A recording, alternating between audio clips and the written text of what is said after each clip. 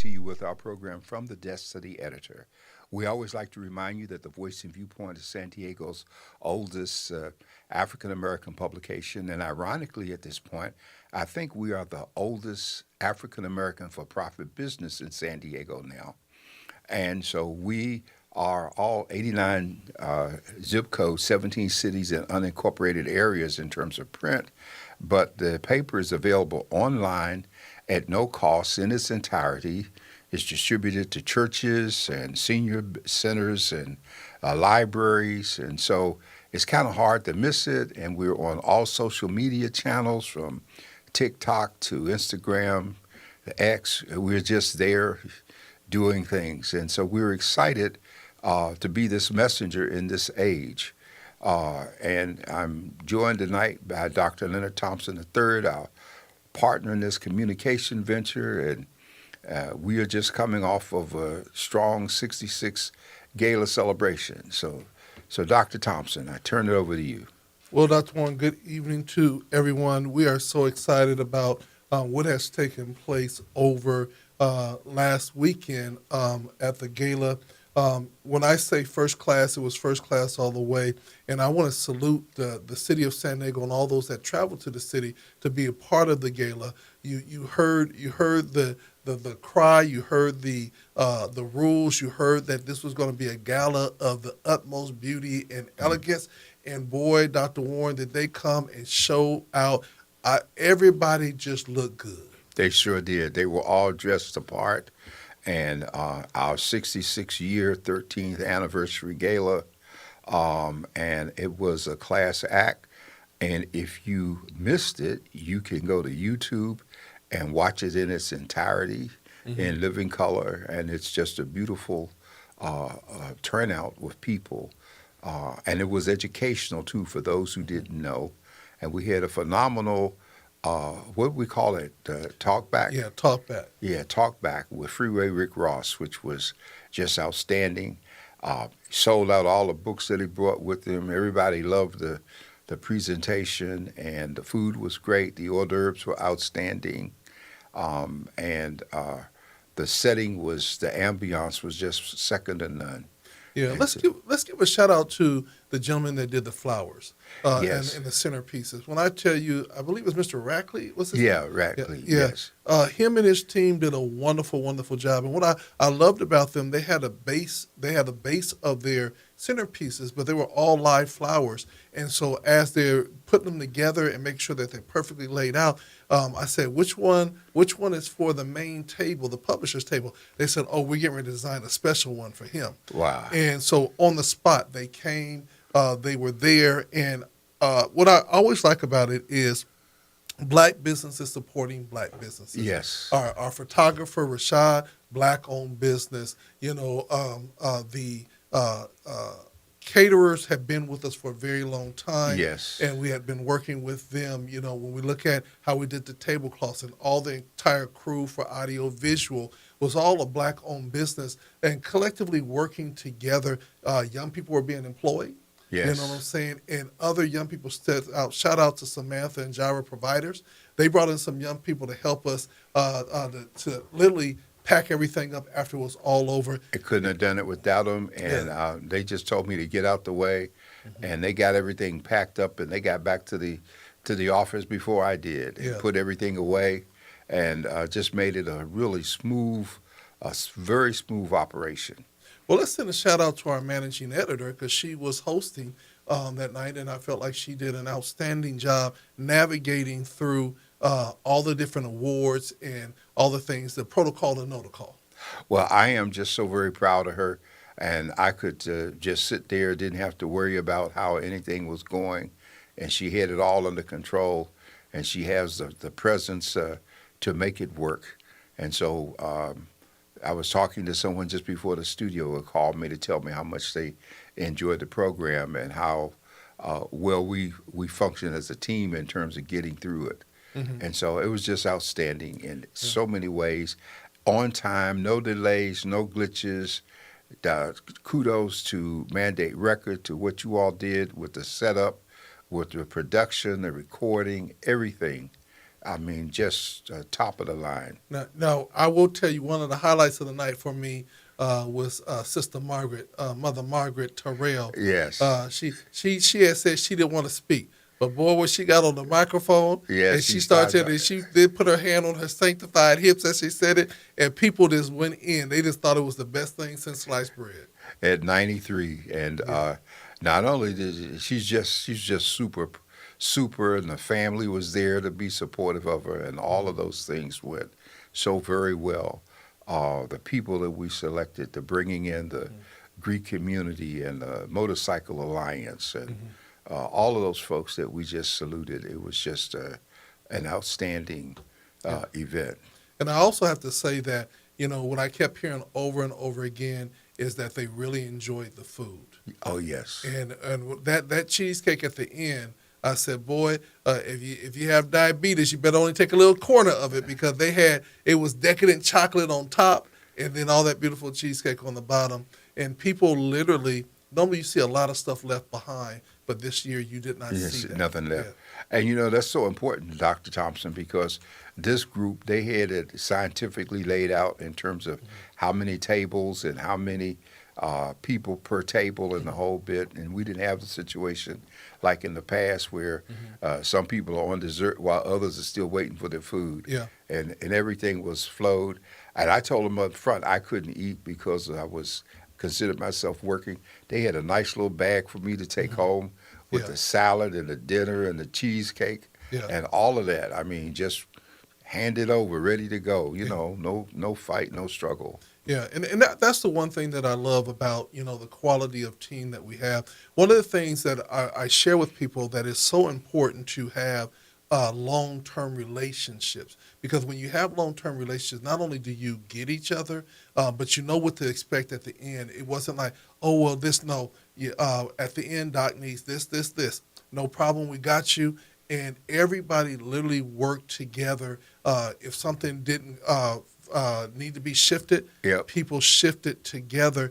And shout out to the volunteers. You know what I'm saying? The volunteers came up. They were super. Dr. Hoyt, Miss Franklin, they were, and the beautiful young queen that assisted us, and they come each year to do that with such sincerity and eloquence and everything. So we really, it was a very super event. And one of the questions that I got so much, Dr. Thompson, was, when is the next Biscuit, Grits, and Politics? Yes. And it is being set up even as we speak. We're working on it. And this year going forward, our productions are going to be a little bit different. But we're excited that we got a new year and a new opportunity to try to make some things happen. And one of the things, Dr. Warren, is that Biscuits, Grits, and Politics, it is a time right now that from the desk of the editor needs to do the town halls of Biscuits, Grits, and Politics because of the fact that we're getting ready to go into mid-year elections, and we need to have some real conversations. And so letting people know now that those will be sponsored events, you know what I'm saying? So all of the people that are sponsored, that want to be a part of sponsors and are really ready to be a part of a collective team, we're looking. Because once we start it, we're going to have probably one a quarter, and making sure that every Biscuits, Grits, and Politics is going to be almost like a media event because everybody's going to want to be there based on who we have on the program. Well, we're about 4 months and a couple of weeks away from the primary election. And people, from all indications, there are a whole bunch of folks running for governor, so they're not certain about that. And we got all of our elected officials up, the Assembly, Secretary of State, locally, 4 of our city council districts are up. And so I'm encouraging people as we move to look at who's running, I'm encouraging folks not to rush to make endorsements. Take your time, because once you make an endorsement, you are no longer important to the people running. And now the deals are being made with all of the people that come after you that they want, and they don't have to worry about you because they got you for free. And so I think we need to look at that very closely this year. And from our standpoint, is a business issue. we need the support of you, our listeners and community. And there's several things you can do. We just experienced the transitioning of Reverend Jesse Jackson, and he did a lot, both from a humanitarian as well as an economic and political standpoint.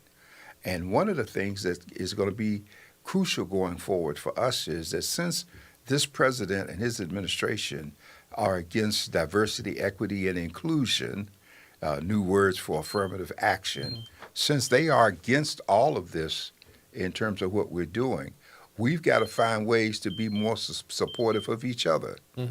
And we can do that if we start looking at the people that we spend money with. Are they spending money with our entities? Are they spending money with God Radio and Voice and Viewpoint? And you're spending money with them, so they should be. That turnaround should be taking place. Well, and those are all great points, but I want to just pause for a moment. You had mentioned the loss of the Reverend Jesse Jackson, 84 years old, had a bout with Parkinson and other rare blood disease. But I don't want you to gloss over the fact that it wasn't like you knew of him.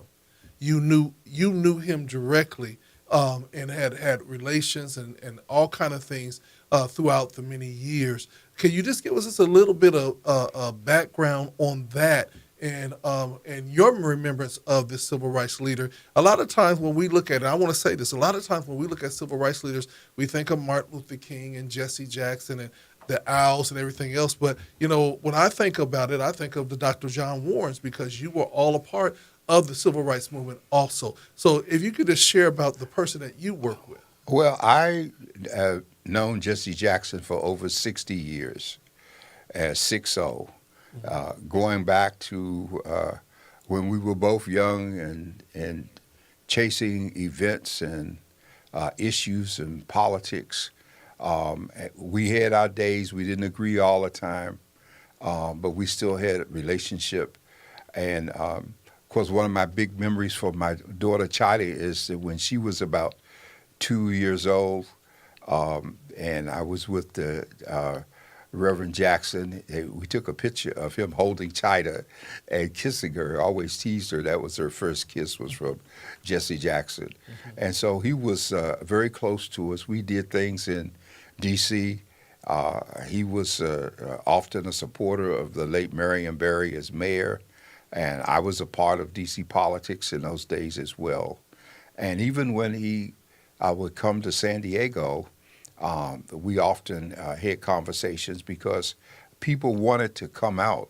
I remember one of the last times he was here, he was at Pilgrim, and people came like it was a town hall meeting. And he was talking about the various issues that they needed to raise money for, and I made it a point to him that before he got to the money, he needed to just take some time talking to the people because they were excited about him more so than the cause. And so a lot of lessons learned there from him. He did a lot. He was certainly there with Dr. King when he was assassinated. He went on and found time to be in the ministry. He was there. Yeah, well, we got all the stories written out. Everybody who had something, the Amsterdam News did a phenomenal job. We did a job with NNPA in terms of recounting moments of history and things with him. Because of, I remember not only the March on Washington, but the Poor People's Campaign, Resurrection City, all of these things that he was always seeking to bring solutions, the injecting himself into national politics, making a difference.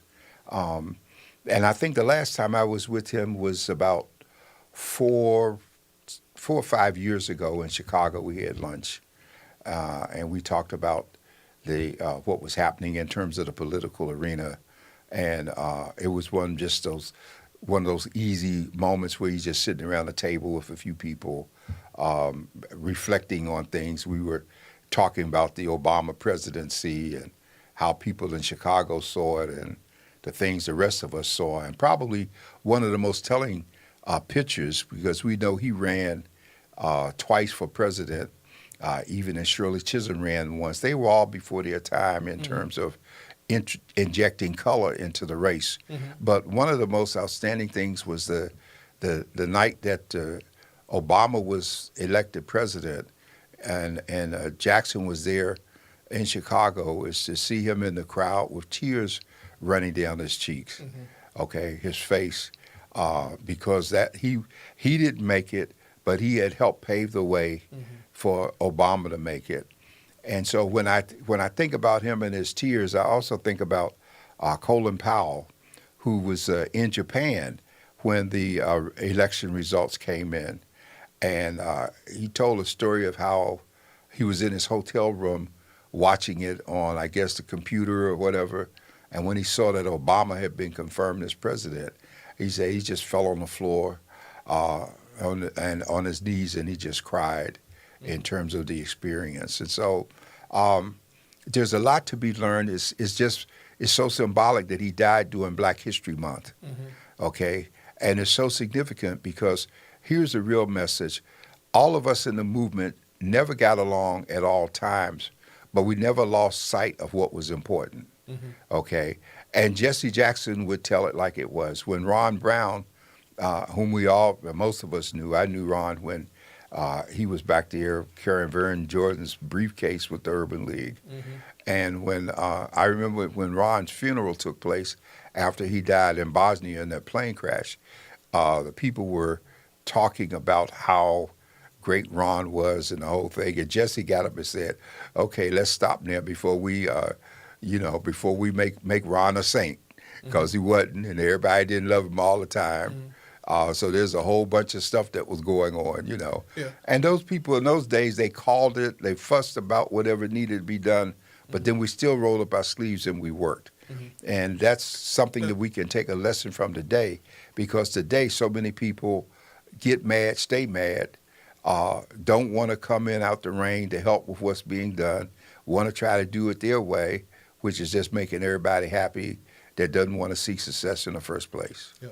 I think that's one of the things about in this time, in this season, instead of us consistently working together, having disagreements, having fights, not liking something to say, and say, okay, well, we were on opposite sides on this one, but on this one, we're on the same side, and we can still do work together. I tell people that not even in your own family is there always total agreement. There's always going to be, and I tell people, try to plan a family reunion. And if you try to plan a family reunion, you will know that it is not always peaches and cream and everybody's going to kumbaya and hold hands. But at the end of the day, we have to say that we have to be there for the greater good of the entire body. That's right. One. And number two is we're stronger together. And then number three is that you might not like me, but you have to love me, especially if you plan to get into the kingdom. You know what I'm saying? Yeah. And so I always say this to a lot of people. So I remember one time somebody said, well, how do you get along with this person? And how do you get along with that person? And everything like that. And because they think that many times I get special treatment. And I'm like saying, I'm not special. Everything you've gone through, I've gone through. But I'm wise enough to realize that it wasn't personal. And I move forward because I look at the greater good. We got to stop being so thin-skinned at this point. Yeah, that is so crucial, because I often tell people, I was in some of those meetings when they were planning the March on Washington, and there was some real knockdown, drag-out situations. Some people walked out, and some people didn't want to come back, and some came back, some didn't. But the issue stayed there, whether you came back or not. Somebody needed to deal with it. And I think today we don't have enough of a sense of collectivism where it's not just about me, that it has to be about us and what can I do to help us. Yeah. And if people would get that, Dr. Thompson, it would make a difference even with what you and I do. I mean, the black press right now is in its 199th year. We got papers like the Savannah Tribune, 150 years old, Afro-American, over 130, and Pittsburgh Courier, all these over 100-year-old papers that are out there. And they have been trusted messengers, as we are, and tellers of the truth. But we have to be smart enough not to let social media replace the elements that have been the closest to telling our story. Yeah, and one of the things I'm a big proponent of social media because it's so easily accessible. But what I've appreciated about what we've done is that we have taken the best of both worlds, print and social media and digital, and made it available. You can get the Voice and Viewpoint right there on your phone, like you can get everything else. But here's the bigger piece of it, and that is there is something about feeling a book, feeling a paper. I think that, and this sounds crazy, but one of the dopest photo ops you can ever take is you sitting up there reading a newspaper, not looking at it on your phone. You know what I'm saying? And the thing that I share with people is that, and this is, there's so much greatness that comes out of the print media, but what I love most of all is that when, like, the gala just took place, I know, in fact, families were buying newspapers left and right because they were in it. This week, people will start seeing things and they'll be in it, And it's cool to have it on social media, but when you be able to put it up on the wall, when you be able to say, look here, let me show you this. I was in the newspaper. It's like, it's not enough to just be on social media, because everybody's on social media. But when you get yourself in print, that means a tremendous amount, because print is what they say forever. Well, C.W. Dean, the head of the record place, and one of the very earliest papers we had a picture of him on the front page with someone else, and it was always hanging at the front desk when we were at the old office on Euclid. And I didn't realize it because I had looked at it. And one day, this old man comes into the office and for some purpose, and he looks up. He says, "Oh, you still got my picture up?" And I looked at it, and it was Mr. Dean. Mm-hmm. And I did not know. The music history, they had the record shop they had. Yeah. Yeah, they had the record shop and all this. And so we also experience many times when people transition, their family members will bring their library books to the paper and donate them to us. They will also bring past copies of the Voice and Viewpoint that people have saved, stacks of them, okay? Those are collector's pieces. Mm-hmm. And we're going to have an announcement in a few weeks about something concerning the archival scenario with the Voice and Viewpoint, making things available. Mm-hmm. And so there's just so much to see. I was looking at an issue from 1968, mm-hmm. and it was Ben's Supermarket in National City. He used to advertise with the paper. Yeah. Okay. And 5 cans of green peas for $1. Yeah. Okay. Now, can I say something to you? Yes. One of the things that's dope, if you come into our office, it is very difficult to win a Stellar. We've been fortunate, under the direction of Dr. Michelle Thompson, to win 2 Stellars. Wow. You know what I'm saying? But the first year that we won a Stellar, the Voice and Viewpoint ran it on the front page.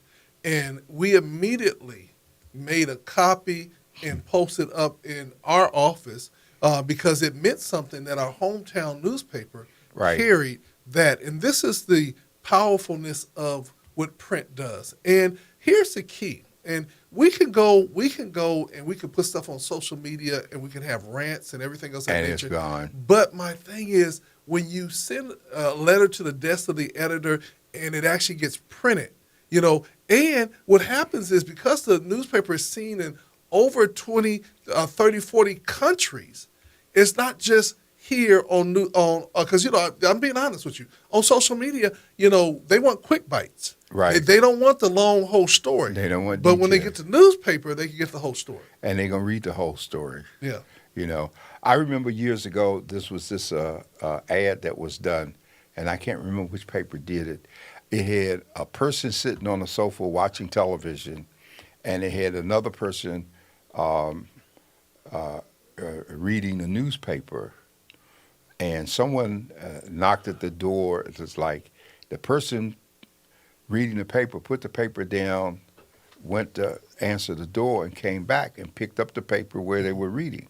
But if the person watching television had gone, they would have missed Yeah. what it was that played while they were up, because they didn't have the remote to pause, and all that wasn't there. It didn't come with television, and most people don't know that now today Yeah. because it's so common. So let me share this with our listening audience.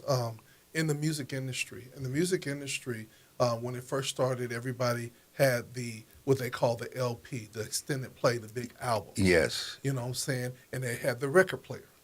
Okay, understanding that everything that you see in the music industry or what you see in society evolves because it reaches its peak, and they got to find another way to make money. So at some point, they had went through the LPs. They went to the 45s. You know that required you to get a special a little insert. Yep. So those will work, and that all brought in money to the industry. Right. Well, now everybody got record players, and so we got to figure out how to make more money. So then we came to the tapes. So then everybody had to go buy a record player with a tape on it, right? And then they did that until everybody had tape decks and everything else that nature. And recording said, what are we going to do to keep the industry alive? Okay, we're going to go to 8 tracks. Yes. You know what I'm saying? And then people putting 8 tracks in their car, and it built another portion of the industry.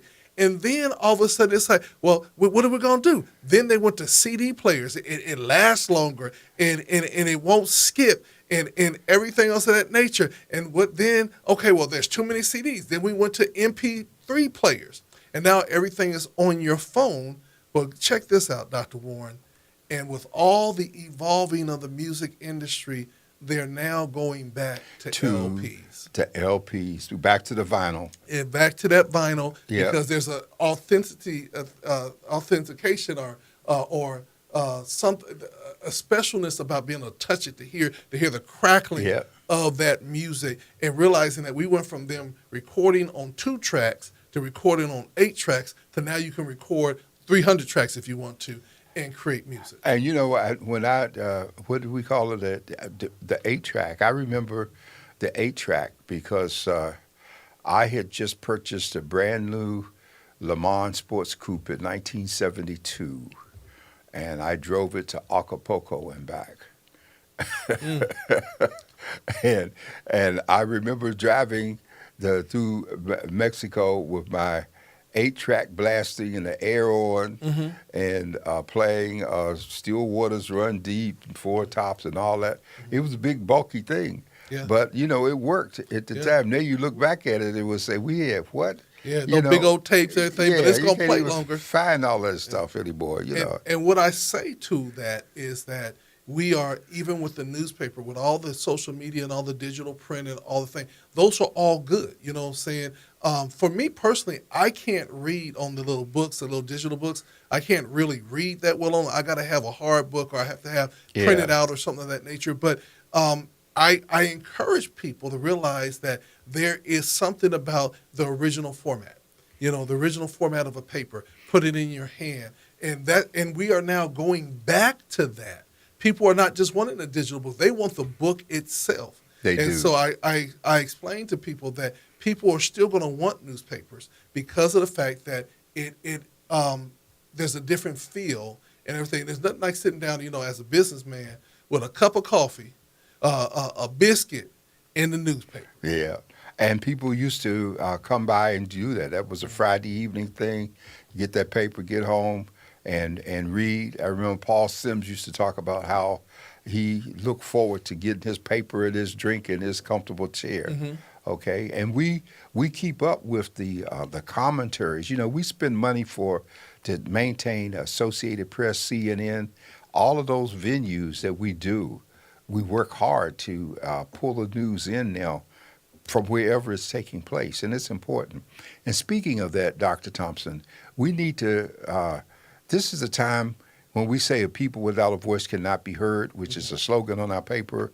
This is a time for us to really begin to wake up and realize that in 4.5 months, we're going to be impacted way ahead of November by what happens at the primaries in California. And a lot of people have changed their primary dates, trying to get ahead of the game, to get people out and the whole bit. And yet we got some immediate problems, like what are we going to do with the city's budget? How is that going to work? Because we got a deficit again. Are we going to keep our libraries open? Are we going to keep our recreation departments going? You know, I have to say a word about recreation departments. My wife was over a part of the recreation department in L.A. for over 20 years. She did all kinds of things there, senior centers, and built a rose garden that's on the National Registry. And it's, I think Pasadena is in that area is the only place where there are like 2 rose gardens in terms of the importance of it. But we have to get involved again, and we have to take time to look at our own future. We got to take time for the meetings that take place, the town hall meetings that come out, the discussion. This is what they do on the East Coast. They pack these night meetings out in terms of people. We see on television every week the people who are turning out for the No Kings marches and the marches against ICE and Homeland Security. And we saw not just in Minneapolis, but all over the country every weekend, thousands of people, hundreds of thousands of people are marching in protest. And I'm very concerned that for the most part, when I see the crowd, I don't see us. And we need to be there because we are impacted by what's going on. Yeah. And I think, Dr. Warren, I think that what is going to be very, very important is that we have to have leadership in these No Kings rallies that don't look like everybody else. I think that in their preparation and people are just coming, there's truly I have not seen anybody step up as leadership when it comes down to people of color, as well as it's like, let's come all, want to come all. And I think that we have to also put our boots on the ground, and we also have to have skin in the game. You know, one of the things about it, and I want to be very clear with everybody, you know, everybody plays a role. You know, the Voice and Viewpoint plays a role. GOD Radio plays a role. But the publisher can't be at everything. So we have to realize that if the call is that we're going to do a No Kings rally, then we have to then get people that can be out there. And as a publisher, you have to make sure that you have someone be able to cover the story so that we can then bring it back to the masses. A lot of times people feel that that we're not present if it is not us. But what I thank God for is that he has given us a reach because we have way more people connected to what we do than just us. And so, again, and here's the fun thing about it, Dr. Warren, I say this. The opportunities that are there now for young people and young adults to get into not publishing, but the news game, the radio game, being reporters. The doors right now are wide open. If they just come and get involved. Exactly. And here's the powerful thing about it. Dr. Warren, and I know a lot of people don't know this, but you literally have to have a press pass to be able to get into certain things. You have to go down and get approved by the police department. They give you a card. They give you a placard for your vehicle so you can say media on the scene. You can park in certain areas because you are media and everything. And you pop that card down there, come on right on in. You know what I'm saying? Because that card has privileges. I have the press credential in my wallet at all times. But we need a lot of people say, well, how do you get here? How do you get there? Well, you got to start with the basics. First of all, you have to learn how to report, learn how to cover stories, and learn how to write. And then when you get that, you get to a certain level, then you can get a press pass.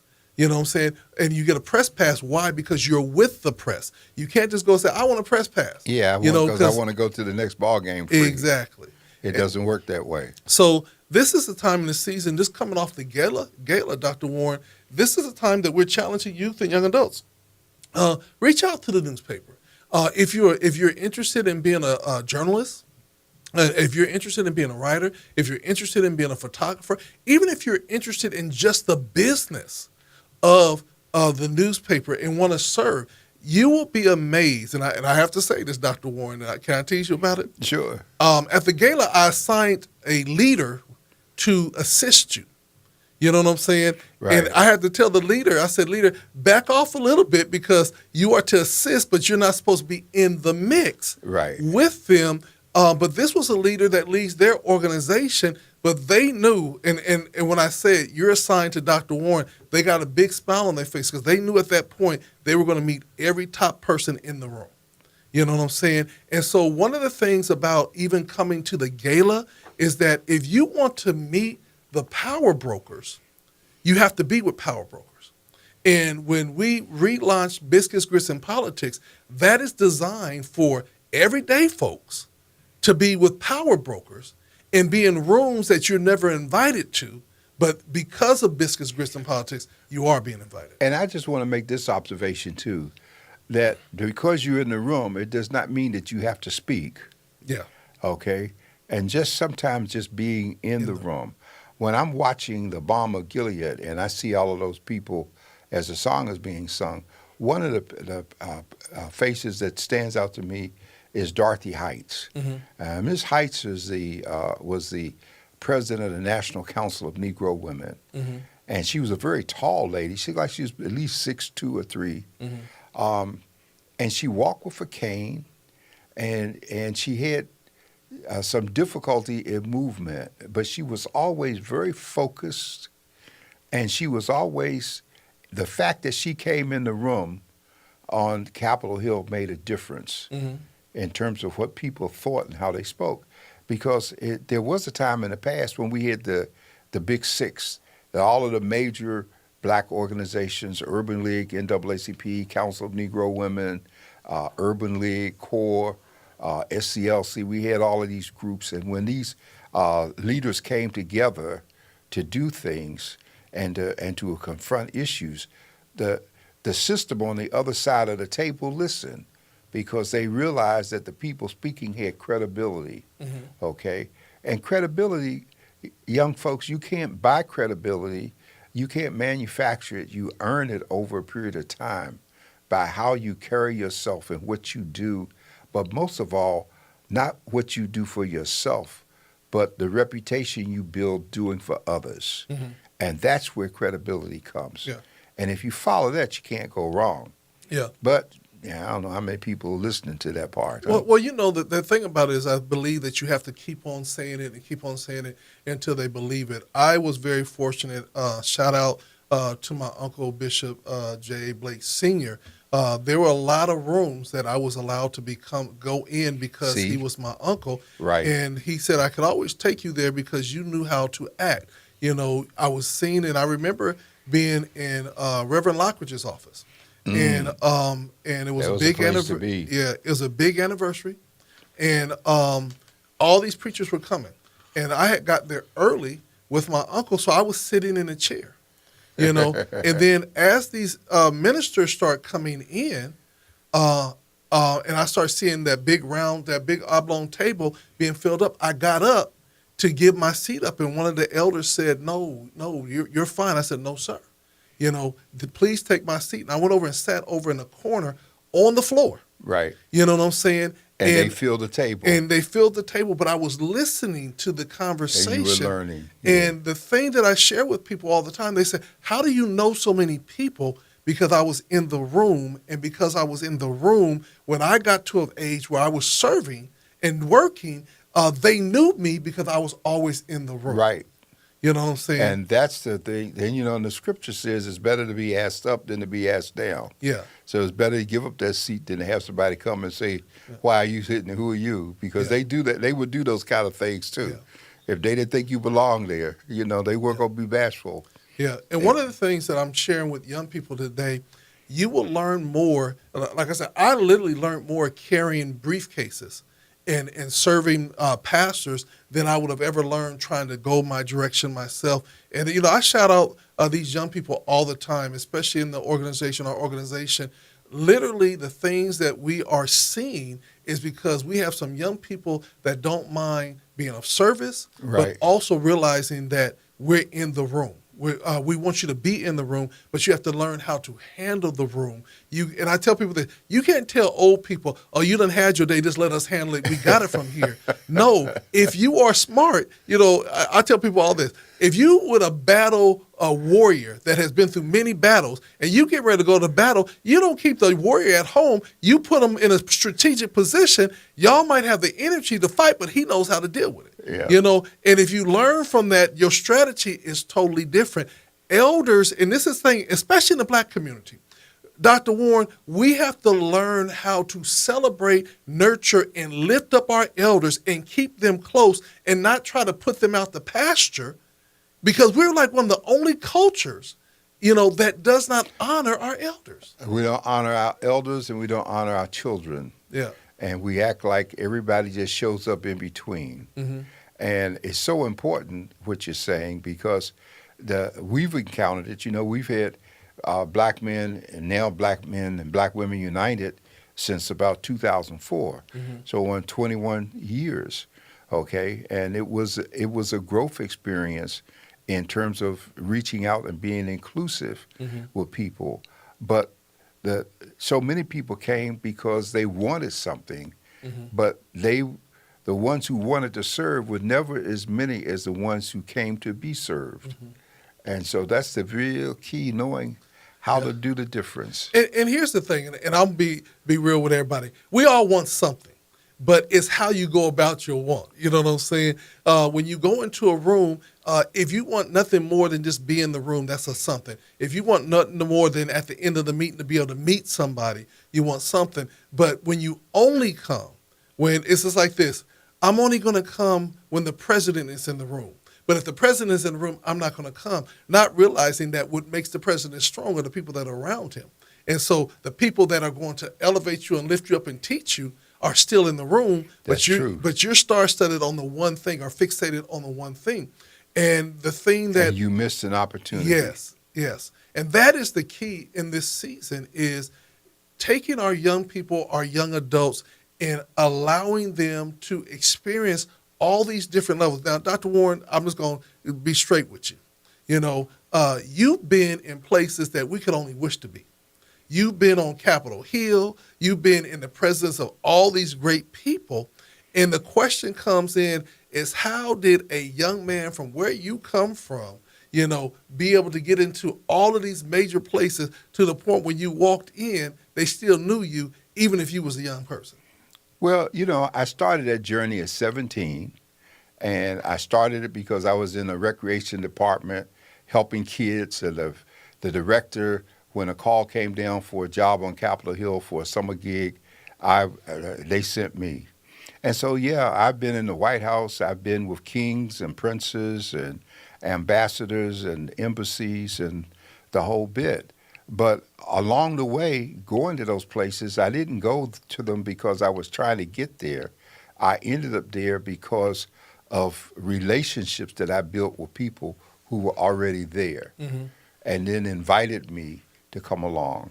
Mm-hmm. And then, Adam Clayton Powell made it a point of exposure, Mm-hmm. okay? He understood something that now we've reduced to what I call the 3 E's. Mm-hmm. And the 3 E's are exposure, expands expectation. Mm-hmm.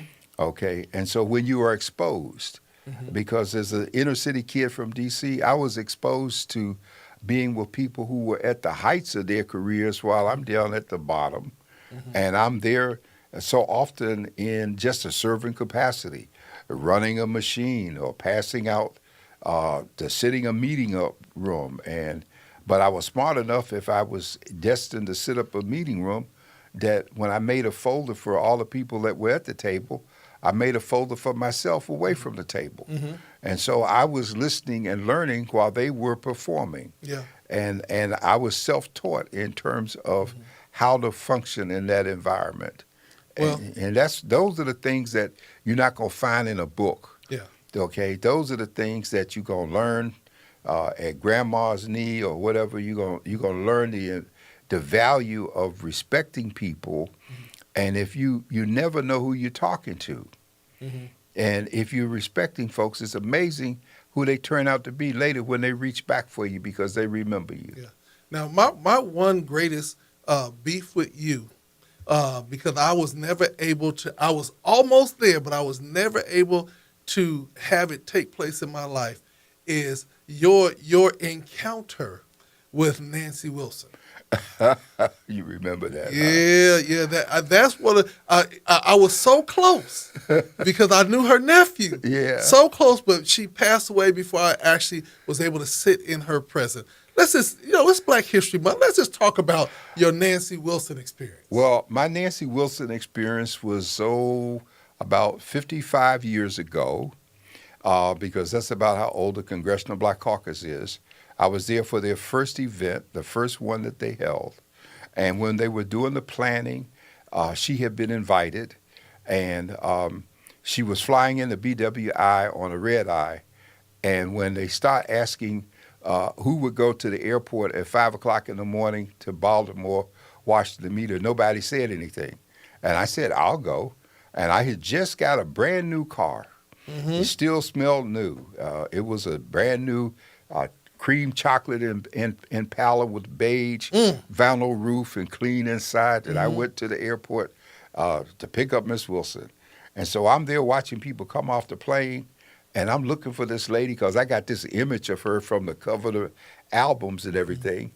And this lady walks up to me in a safari outsuit and a skull cap and these shades on with kind of a frown on her face. And she walks over, she says, "You looking for me?" And I looked up at her and I said, "Who are you?" Like, she pulls the glasses down and looks at me. And, "Oh, Miss Wilson, okay." And so I drove her to D.C. She was at the Mayflower. I got her checked in. And so she says this to me. She says, "How am I getting to the event?"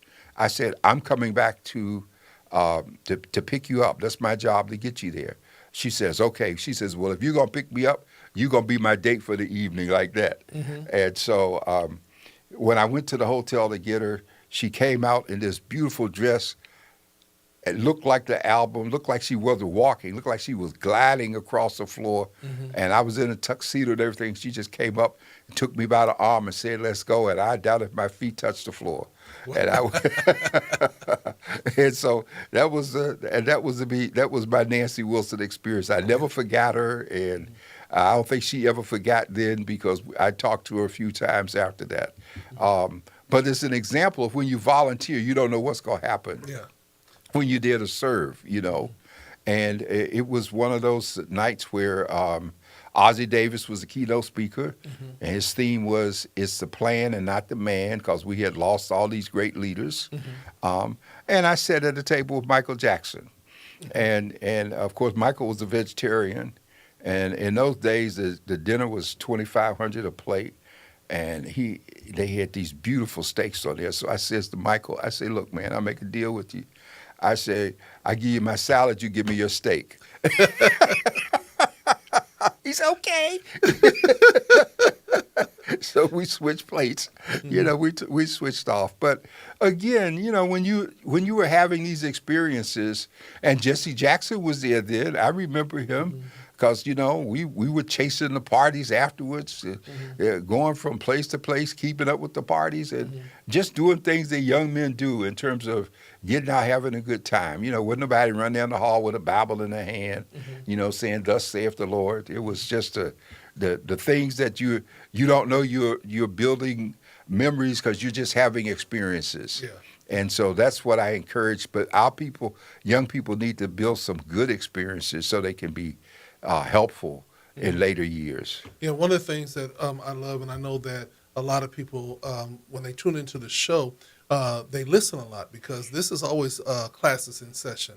And I'm looking forward. I'm going to tell Dr. Michelle that in the month of June is Black Music Month. Yes. I would love to do a show with you around all the Black artists that you have interviewed and had in the newspaper over the many, many years, because literally nobody came to San Diego that was a Black in the music industry that did not connect with the San Diego Voice and Viewpoint. I remember it because y'all had everything covered, and I'm like, wow, I need a press pass because they getting everywhere.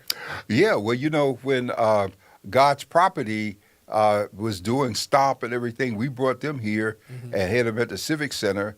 and that was when the post office introduced the Kwanzaa stamp Yeah. in the first year. Mm-hmm. Okay, so we've always reached out. Knew we brought Bobby Jones here. Mm-hmm. Yeah. Okay, and he was all important when he came, but he was humble by the time he left. Yeah. Because it was an experience. You know, Yeah. I saw him in Memphis a few years ago.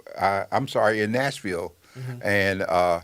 and he came over when he saw it was me. He came over. He says, "Oh, when can I come back to San Diego?" Mm-hmm. I said, "You can come anytime you want to. We're Yeah. just not having anything." You know? And you know, the one thing about it, that was our very, very first big production that you allowed us to be a part of and to produce. And believe it or not, to this very day, because of that relationship opportunity, we have a relationship with Dr. Jones, not only just like, hi, Dr. Jones, but private cell numbers. And Okay. we'll call and talk to him. He's interviewed Good. several times on the radio station. And he's so funny. In his older age, we said, can we do an interview? He says, yes. She says, I'm going to give you 15 minutes. And that's all I can give you, right? We said, Dr. Jones will take it. You know, he comes on the radio station, and an hour later, he said, well, I guess I should get off and go he's still talking. because he really enjoyed himself, because it's different when you know of a person and then you know the person and you can go through timelines with them and bring things back to the remembrance. I think that is so important that, you know how they say, if you don't know your history, you will never know your greatness. No. And you're bound to repeat the same mistakes that was done before All you. the time. And see, when we brought him here, Jim had that Rolls Royce in those days, and he said, I want to pick him up. And he picked him up in the Rolls Royce in the airport and drove him. And Mr. Jones was just talking about, well, you know, I required this, that, and the other, and everything, and who are you and all that. And Jim pulled over, and he said, look, man, he says, this is my car. I ain't renting it. And the only reason you in it is because the Warrens asked me to pick you up. Yeah. He said from that point on, his whole attitude changed. Yeah. By the time he left, it was like, thank you very much. Well, you know, Dr. Warren, a lot of people think that, you know, San Diego back in the day was just a little country bumpkin retirement community. Yeah. And I always have to remind people, look, you got Hollywood and you got Sandywood. You know, Yeah. we Sandywood. So when you tell, I tell people, when you tell us about Hollywood, we're like, say, wait a minute, we Sandywood, we good. Yeah. You know, we're the number 2 voiceover capital in the world. Yeah. You know, there's so many things that happen in our city. And so I always have to remind preachers and people that come to the city of San Diego, don't get it twisted. If you're not coming from New York, you know, D.C. or L.A., we looking at you as country. You know what I'm saying? Yeah. We don't care if you come from Nashville, But you whatever. can't figure this place out because you can't see who's Exactly. what. You can come here forever and miss the connection. You know, in my case, I was fortunate because Jerry knew everybody. You know, my late wife, and she opened doors because of who she knew and how she did things. Because before I came to San Diego a number of times on official business, and I never saw a black person. Yeah. I didn't know there were any black people here. Yeah. You know. Yeah, we make up, what, 6% Yeah. of this city? Well, 3% of the city, 6% of the county. Okay, 6% of the county and 3% of the city. Yeah. And so that's all the more reason that we have to continue to work together, support one another. And here's the thing, and I want to say this, it is so ever important for us to receive support from people that look like us, that benefit from what we do. But again, I want to say to every black business, you cannot survive only catering to people of color. No. You have to diversify out. If you can have the best food in the city, but if only black people go there, you're going to be out of business because there's not anything to sustain. And that's the reason why I really love Surf and Soul. They have a concept, we open until we sell out. There you know you what I'm go. saying? And they have a certain amount of food in their game plan that they sell every day.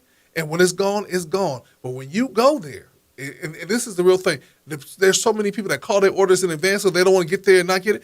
But the funny thing, when you go there, you see military, you see black, you see white. Everybody want to come there. Thus, they always have a crowd because they've expanded their reach. This is what the San Diego Voice and Viewpoint does, is it expands your reach. Not only black people read the Voice and Viewpoint. That's right. Can you talk about that real quick? Oh, yeah. I mean, you got Vietnamese, you got Asian, you got Chinese, you got Latino, and you have the African community. That's why our logo says African and African American. Koreans. I mean, We have people who come to our office every day to do fictitious businesses that don't look like us, but they want to use our paper because they know that that works. And Yeah. we have never had a sales staff, though we are moving in that direction now with things changing, but people have always come. And that's a sign of success in your business. Yeah. We serve black folks. We represent the black community, but we serve all people Yeah. in terms of what we do. Exactly. And money is not black, it's green, and it's not white, it's green. And if you think you're going to open a business that's just going to cater to black folks, you will only be in business long enough for you to close your doors because we ain't going to be there for you. Well, and it's that the thing about it, the consistency that you need. We don't have that population to No. keep the consistency, and so you must diversify in this city. Now, you might be able to go back to Atlanta because everybody there they got a higher percentage of African American. You go up to L.A., but again, even if you go to L.A. and have there's been great businesses there that go out of business. And I always say this thing, and through the pandemic, a lot of people went out of business, right? Right.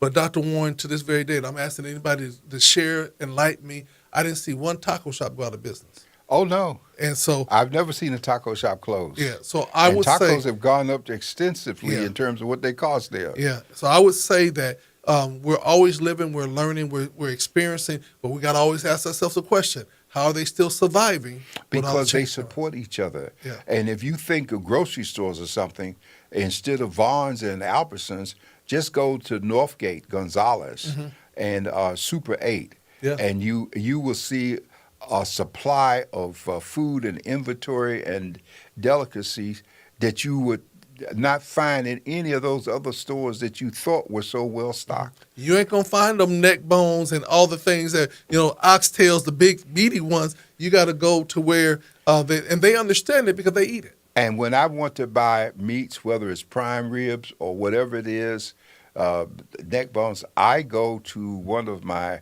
Spanish markets with a meat counter where the people that behind the counter don't speak English, but you're going to get some good prices and you're going to get some fresh cuts that aren't going to be frozen and packaged. So we have to diversify and not be afraid to go where others haven't gone before. That's business. That's how we grow. Yeah. And with that being said, this is from the desk of the editor.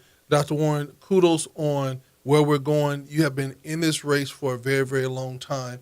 And I just want to challenge the young people. Now is the time to engage. Now is the time to get involved. Now is the time to open doors. I tell people, even at my age of 60, I'm always looking for my next replacement because I know I'm not going to be here forever. Right. And so we are literally mentoring and teaching and helping people. And then I'm challenging those that can. Continue to advertise, continue to be involved, continue to make sure the legacy of the newspaper will still be around and continue to, again, use it as a source of education and of empowerment. Dr. Warren, any final words? I just want people to know that we're going to do a lot of exciting things in 2026, and we invite you to get involved, to get close, encourage others to support our businesses even as we seek to support you through what we write, publish, and broadcast. Yes. And be blessed. And let me say this, Dr. Warren, before I close. One of the things Pastor Gusman is on, and she says Classy Catering by Duchess is back on the scene for a season. One of the things that I loved about that is that she actually catered a funeral. And she catered a funeral, and it was very, very, they wanted the works, and she gave them the works and laid it out. But the thing that I loved about it, Mark Jenkins, black-owned funeral home, hired her to do that, and again, recycling dollars. And she said, I think she got 3 or 4 more jobs out of just that. Right. That's what we do as business people. We support one another. We meet excellence with excellence, and we all grow and we all eat. And I wanted to end off with that because that's what the paper does. The paper brings excellence paired with excellence so that we all are eating. And when we do that, we all grow. Yes. Y'all be blessed. We'll see you next week. God said the same.